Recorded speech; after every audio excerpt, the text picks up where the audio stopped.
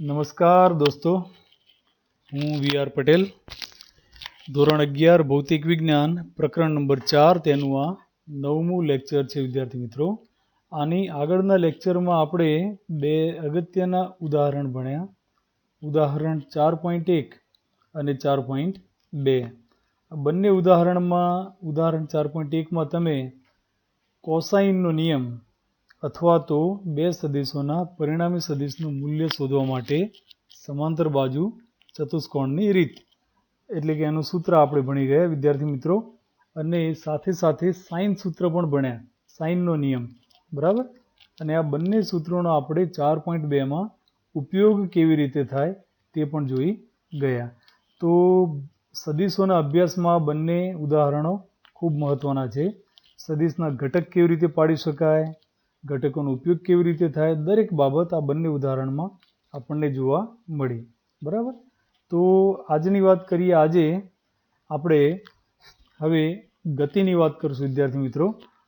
અને તમે જાણો છો કે ગતિનો અભ્યાસ કરવા માટે સૌપ્રથમ કણનું સ્થાન અને સ્થાનાંતર વ્યાખ્યાયિત કરવા જરૂરી છે.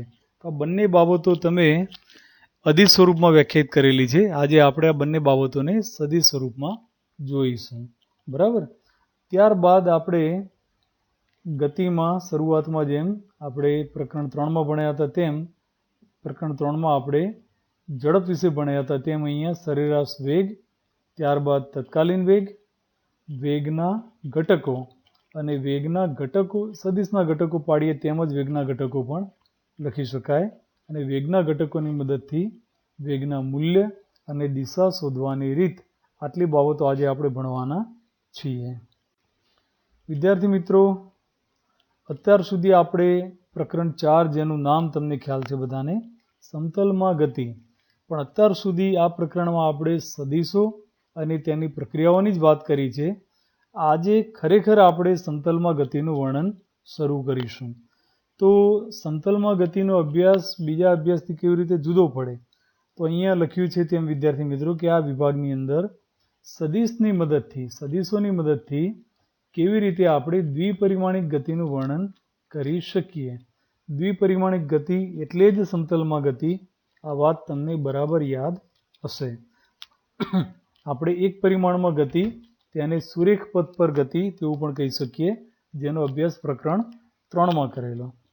ત્યારબાદ 2 પરિમાણમાં ગતિ, જેને સમતલમાં ગતિ કહેવાય. અને 3 પરિમાણમાં જો ગતિ હોય તો તેને આપણે અવકાશમાં ગતિ કહી શકીએ. તો આ પ્રકરણમાં તેની પણ થોડી વાત આપણે કરવાના છીએ.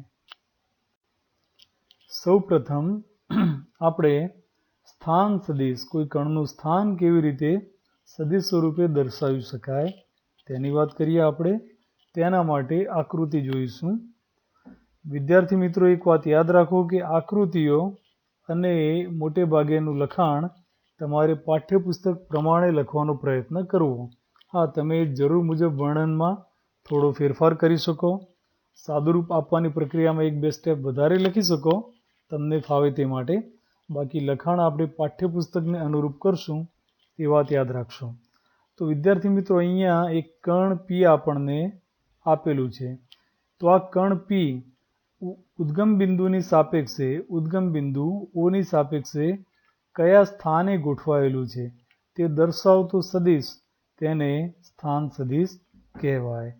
તો પી કણનું સ્થાન દર્શાવવા માટે આપણે ઓ થી પીને જોડતો સદિશ અહીંયા આકૃતિમાં દર્શાવ્યો છે તેમ દોરી શકીએ. આ સદિશને આપણે સ્થાન સદિશ આર કહીશું. યાદ રાખો વિદ્યાર્થી મિત્રો, સ્થાન સદિશ માટે સ્પેશિયલ સિમ્બોલ છે, જેને આપણે સ્મોલ આર સદિશ વડે દર્શાવીએ છીએ. સ્થાન સદિશના ઘટકો કેવી રીતે પાડી શકાય, તો સદિશના ઘટકો વિશે આપણે આગળ અભ્યાસ કરેલો છે. તો પી બિંદુમાંથી એક્સ અક્ષ પર જો લંબ દોરીએ તો આ જે મૂલ્ય મળ્યું તે તેનો એક્સ યામ થશે, બરાબર. તેને સદિશ સ્વરૂપમાં એક્સ ઇન્ટુ આઈ કેરેટ લખી શકાય.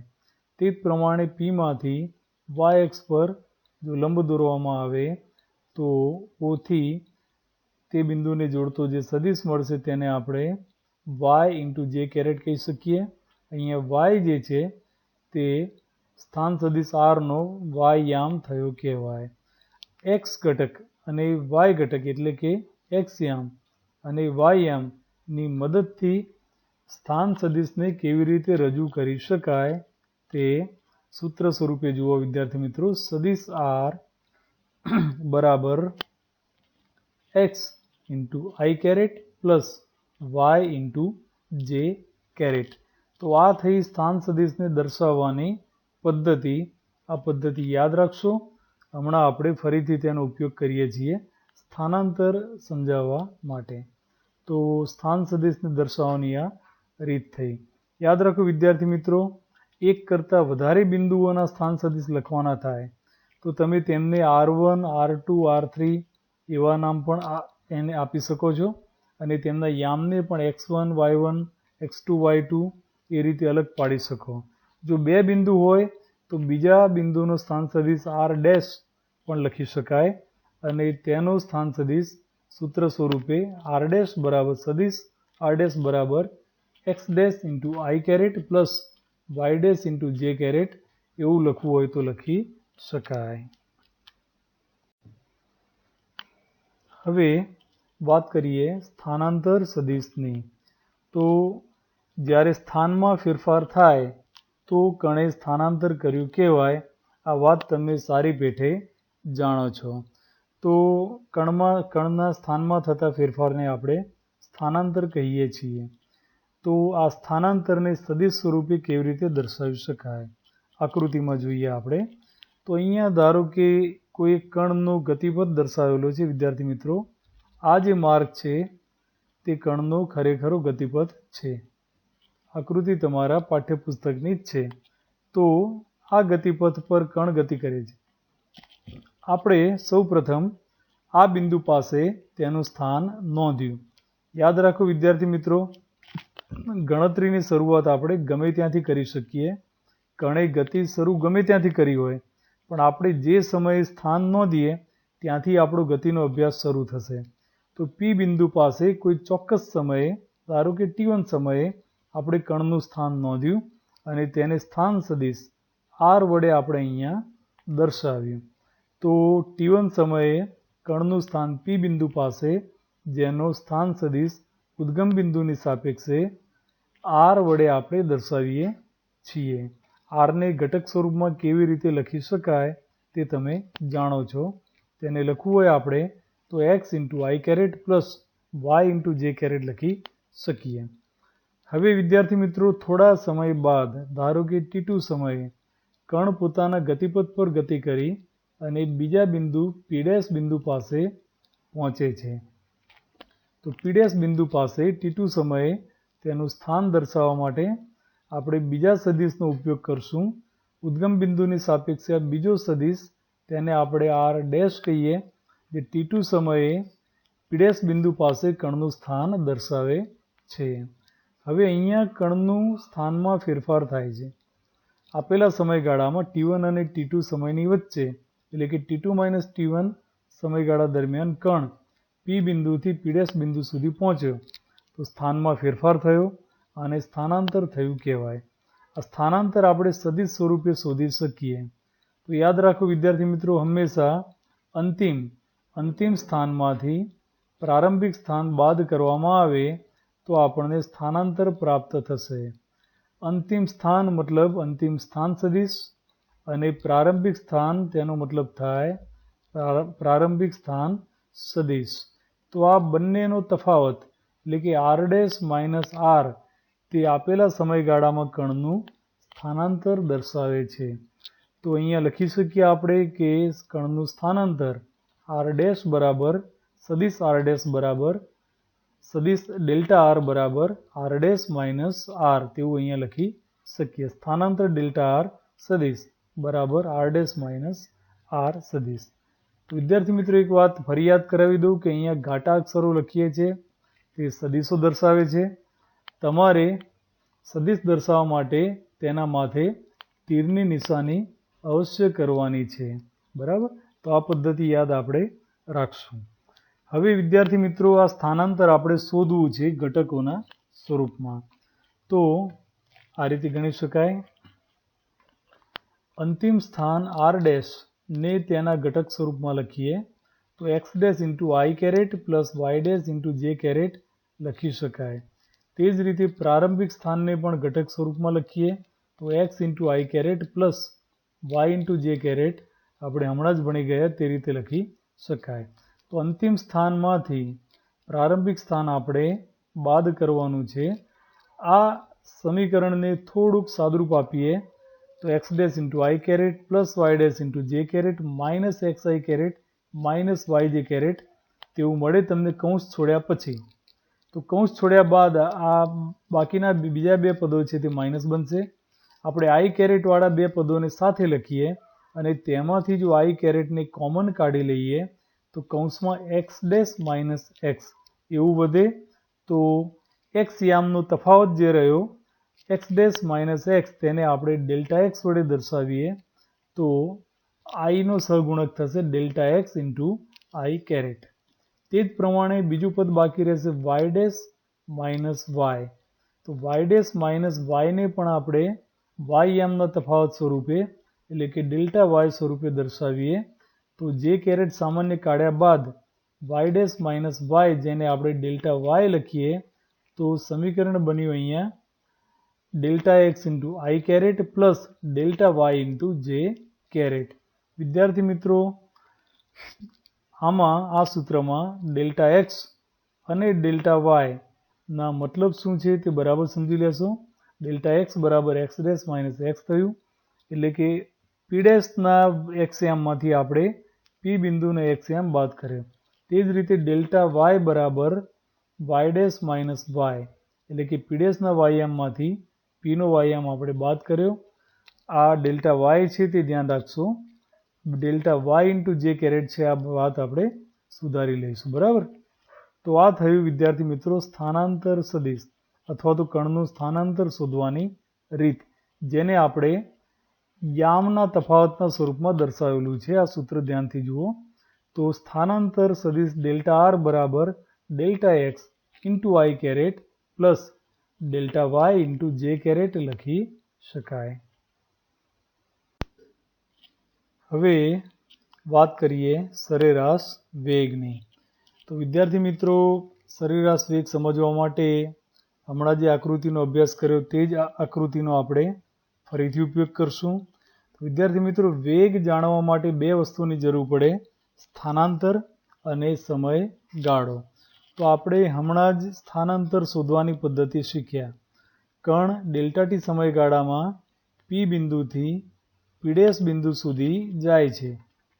તો પી ડેશ અને પીને જોડતો સદિશ એટલે કે આ સદિશ પીથી પી ડેશને જોડતો સદિશ ડેલ્ટા આર તે સ્થાનાંતર સદિશ થયો કહેવાય. સદિશ હંમેશા સુરેખ જ હોય તે વાત યાદ રાખશું. તો વિદ્યાર્થી મિત્રો આના પરથી આપણે સરેરાશ વેગ વ્યાખ્યાયિત કરી શકીએ જેની વ્યાખ્યા આ પ્રમાણે છે.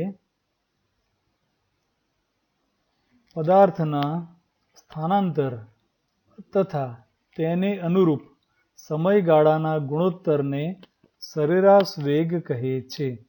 યાદ રાખો વિદ્યાર્થી મિત્રો અહીંયા વેગ શબ્દનો ઉપયોગ કરશું આપણે ઝડપ શબ્દ વાપરીશું નહીં કારણ કે આ અભ્યાસ બધો જ સદિશ સ્વરૂપમાં થઈ રહ્યો છે. તો પદાર્થના સ્થાનાંતર તથા તેને અનુરૂપ સમયગાળો મતલબ એ કે પી બિંદુથી પી ડેશ બિંદુ સુધી પહોંચવા માટે પદાર્થે જે સમયગાળો લીધો આપણે પી બિંદુ પાસેનો સમય T1 કહી શકીએ, પી ડેશ પાસેનો સમય T2 કહીએ તો T2 માઇનસ T1 તે પીથી પી ડેશ સુધી પહોંચવા માટેનો સમયગાળો થયો કહેવાય. તો સ્થાનાંતર પી પી ડેશ સદિશ એટલે કે ડેલ્ટા આર સદિશ અને તે માટે લાગતો સમય બંનેનો ગુણોત્તર તેને આપણે સરેરાશ વેગ કહી શકીએ. તો સરેરાશ વેગને સૂત્ર સ્વરૂપે લખવું હોય તો આ રીતે લખી શકાય.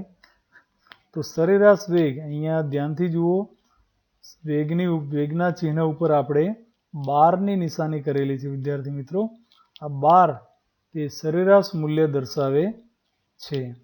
તો V bar is equal to delta R એટલે કે સ્થાનાંતર સદિશ ભાગ્યા તે માટે લાગતો સમયગાળો એટલે કે ડેલ્ટા ટી.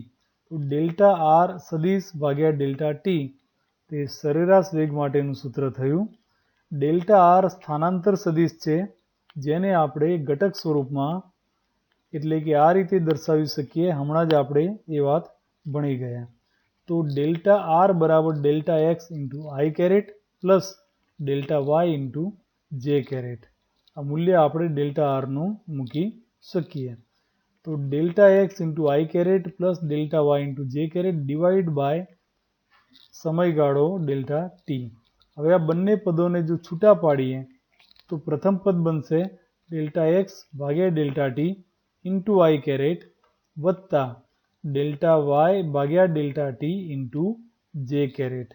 તો વિદ્યાર્થી મિત્રો, ડેલ્ટા એક્સ અને ડેલ્ટા ટીનો ગુણોત્તર તે એક્સ અક્ષની દિશામાં પદાર્થના વેગનો ઘટક દર્શાવે છે, સરેરાશ વેગનો ઘટક. તો ડેલ્ટા એક્સ બાય ડેલ્ટા ટીને આપણે વીએક્સ બાર કહીશું. તે જ રીતે ડેલ્ટા વાય અપોન ડેલ્ટા ટીને આપણે વી વાય બાર તરીકે દર્શાવશું. તો વીએક્સ બાર અને વી વાય બાર બંને અદિશ મૂલ્યો છે, યાદ રાખો. તેની સાથે આપણે સદિશો આઈ કેરેટ અને જે કેરેટ ગુણેલા છે, પરંતુ સરેરાશ વેગ વી બાર તે પોતે સદિશ છે, તે વાત આપણે યાદ રાખશું. તો સરેરાશ વેગ વી બાર બરાબર વીએક્સ બાર ઇન્ટુ આઈ caret plus v y bar into જે કેરેટ. આને તમે ડેલ્ટા વીએક્સ અને આને ડેલ્ટા વી વાય પણ કહી શકો. તેવો સિમ્બોલ પણ આપણે વાપરી શકીએ. અથવા delta x upon delta t અને જેનો સહગુણક delta y upon delta t તેમના તેમ રહેવા દઈએ તો પણ ચાલે. વિદ્યાર્થી મિત્રો, સરેરાશ વેગની દિશા કેવી મળશે આપણને? તો યાદ રાખો કે આપણે ડેલ્ટા આર સદિશને અદિશ મૂલ્ય ટી વડે ભાગેલું છે, તેથી તેની દિશા બદલાશે નહીં. તેથી સરેરાશ વેગની દિશા ડેલ્ટા આરની દિશામાં જ રહેશે. એટલે કે પી થી પી' તરફની દિશા તે આ કેસમાં સરેરાશ વેગની પણ દિશા બનશે. હવે તત્કાલીન વેગ સમજીએ આપણે. તો પ્રકરણ 3માં કરતા હતા તેમજ જો સમયગાળાનું લક્ષ એટલે કે સરેરાશ વેગના સૂત્રમાં છેદમાં રહેલ ડેલ્ટા ટી સમયગાળાનું લક્ષ્ય શૂન્ય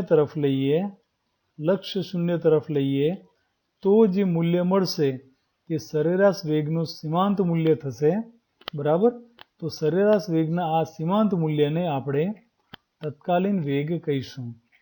ફરી એકવાર, સમયગાળાનું લક્ષ્ય શૂન્ય તરફ લેતા મળતા સરેરાશ વેગના સીમાંત મૂલ્યને તત્કાલીન વેગ કહે છે. તો વ્યાખ્યા તરીકે તમે આ વાક્ય લખી શકો. હવે આ પ્રક્રિયા કેવી રીતે કરવી? તો સૂત્ર સ્વરૂપે જોઈએ તો તત્કાલીન વેગ સદિશ વી બરાબર સરેરાશ વેગના સૂત્રમાં છેદ એટલે કે ડેલ્ટા ટી નું લક્ષ્ય શૂન્ય તરફ લઈએ તો આ રીતે લખી શકાય: limit delta T tends to 0. તેવું વંચાશે આને. લિમિટ LIM લખ્યું છે, તેને લિમિટ બોલશું આપણે. Limit delta T tends to 0. આ ગણિતની પ્રક્રિયા છે વિદ્યાર્થી મિત્રો, લક્ષ્ય કહેવાય આને. Limit delta T tends to 0 delta r સદિશ ભાગ્યા ડેલ્ટા ટી. ડેલ્ટા આર સ્થાનાંતર છે, તમને ખ્યાલ છે, અને સરેરાશ વેગનું સૂત્ર ડેલ્ટા આર ભાગ્યા ડેલ્ટા ટી હતું, તે પણ તમને ખ્યાલ છે. તો તેમાં છેદનું લક્ષ્ય આપણે શૂન્ય લેતા આ બંને ફેરફાર એટલે કે સ્થાનમાં થતો ફેરફાર ડેલ્ટા આર અને સમયમાં થતો ફેરફાર ડેલ્ટા ટી બંને સૂક્ષ્મ બની જશે. અને સૂક્ષ્મ ફેરફારોને આપણે ડેલ્ટા વડે ન દર્શાવતા તેમને આપણે બીજી સંજ્ઞા ડી વડે પણ દર્શાવી શકીએ. તો અંશમાં dr થઈ જશે, છેદમાં થશે dt. તો તત્કાલીન વેગ v બરાબર dr બાય dt. તો વિદ્યાર્થી મિત્રો, આ થયું સ્થાન સદિશ r નું સમય સાપેક્ષે વિકલન. સાદી ભાષામાં સ્થાન સદિશનું સમય સાપેક્ષે વિકલન કરવાથી તત્કાલીન વેગ પ્રાપ્ત થશે. તત્કાલીન વેગને માત્ર વેગ પણ કહી શકાય. માત્ર વેગ શબ્દ વાપર્યો હોય તો તે તત્કાલીન વેગ જ કહેવાય, તેમ તમારે સમજવાનું. હવે વિદ્યાર્થી મિત્રો, આ લક્ષ્ય શૂન્ય તરફ લેવું તે પ્રક્રિયા કેવી રીતે કામ કરે છે તે સમજવા માટે આપણે એક આકૃતિ જોઈશું. અહીંયા પાઠ્યપુસ્તકની જ આકૃતિ છે. તો વિદ્યાર્થી મિત્રો, અહીંયા તમે જોશો કે આપણે શરૂઆતમાં જે રીતે પ્રક્રિયા કરી હતી તેમ કણ કોઈ એક સમયે પી બિંદુ પાસે છે, બીજા સમયે P1 બિંદુ પાસે પહોંચ્યું. બંનેનો તફાવત, સ્થાન સદિશનો તફાવત, તેને આપણે સ્થાનાંતર ડેલ્ટા R1 કહીએ છીએ. તે માટે ધારો કે ડેલ્ટા ટી સમય લાગ્યો, તો સ્થાનાંતર ભાગ્યા સમયગાળો કરવાથી આપણને P અને P1 વચ્ચેનો વેગ પ્રાપ્ત થશે.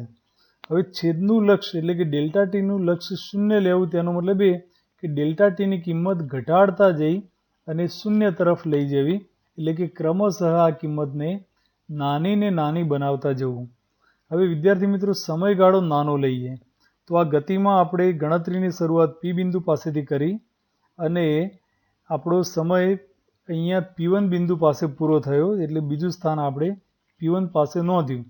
પણ જો સમયગાળો નાનો લઈએ, Pથી શરૂ કરી અને થોડાક જ સમય પછી બીજું સ્થાન નોંધીએ, તો તે P1 કરતાં ઓછા અંતરે મળી જશે. તે સ્થાન ધારો કે P2 છે. તો આપણે જો સમયગાળો થોડો નાનો કરીએ તો તેને અનુરૂપ સ્થાનાંતર પણ નાનું બનશે. હવે તો સ્થાનાંતર P1 થી P2 વચ્ચેનો સદિશ એટલે કે ડેલ્ટા R2 જેટલું અહીંયા આપણને મળ્યું.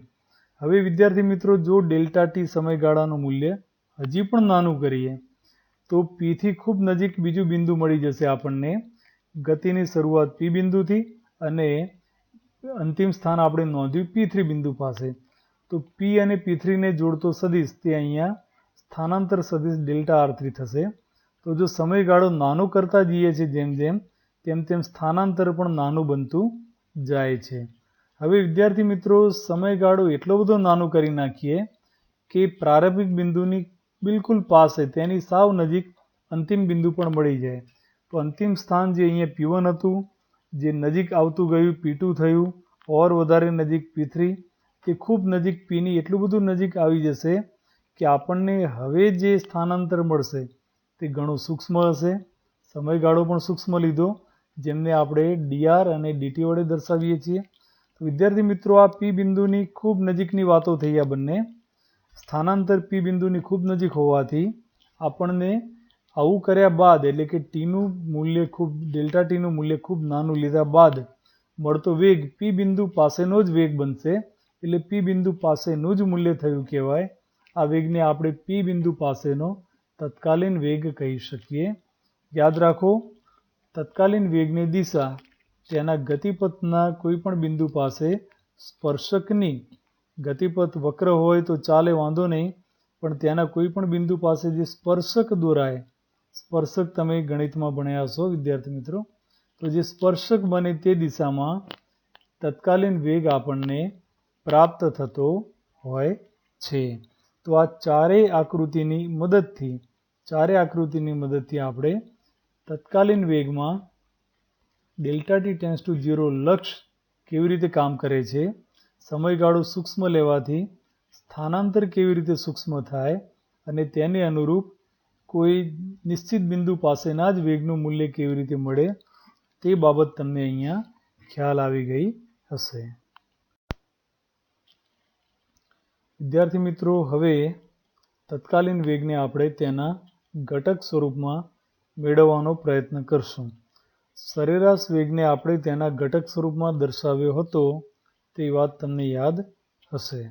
તો તત્કાલીન વેગને ઘટક સ્વરૂપમાં મેળવવા માટે આપણે તત્કાલીન વેગના સૂત્રનો ઉપયોગ કરીશું. હમણાં જ આપણે ભણી ગયા કે વેગ v બરાબર dr/dt, એટલે કે સ્થાન સદિશ r નું સમય સાપેક્ષે વિકલન. સ્થાન સદિશ r જે છે વિદ્યાર્થી મિત્રો, તે વાસ્તવમાં તમને ખ્યાલ છે કે d/dt એટલે કે વિકલન, એટલે કે આપણે લક્ષ ડેલ્ટા ટી ટેન્ડ્સ ટુ 0 લીધું કયા પદમાં, delta r/ડેલ્ટા T.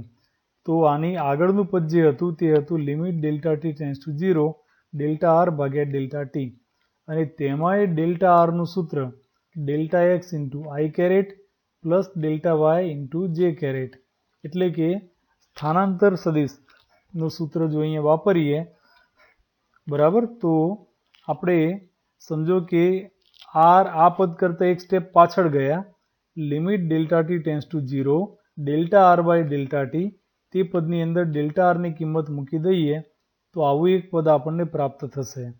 Delta x by delta t into I caret plus delta y upon delta t into જે કેરેટ.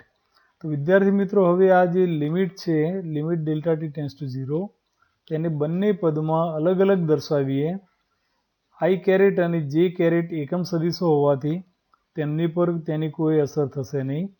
લિમિટ ડેલ્ટા ટી, આ પ્રક્રિયાની અસર હંમેશા ચલ રાશિ પર થાય તે ધ્યાન રાખશો.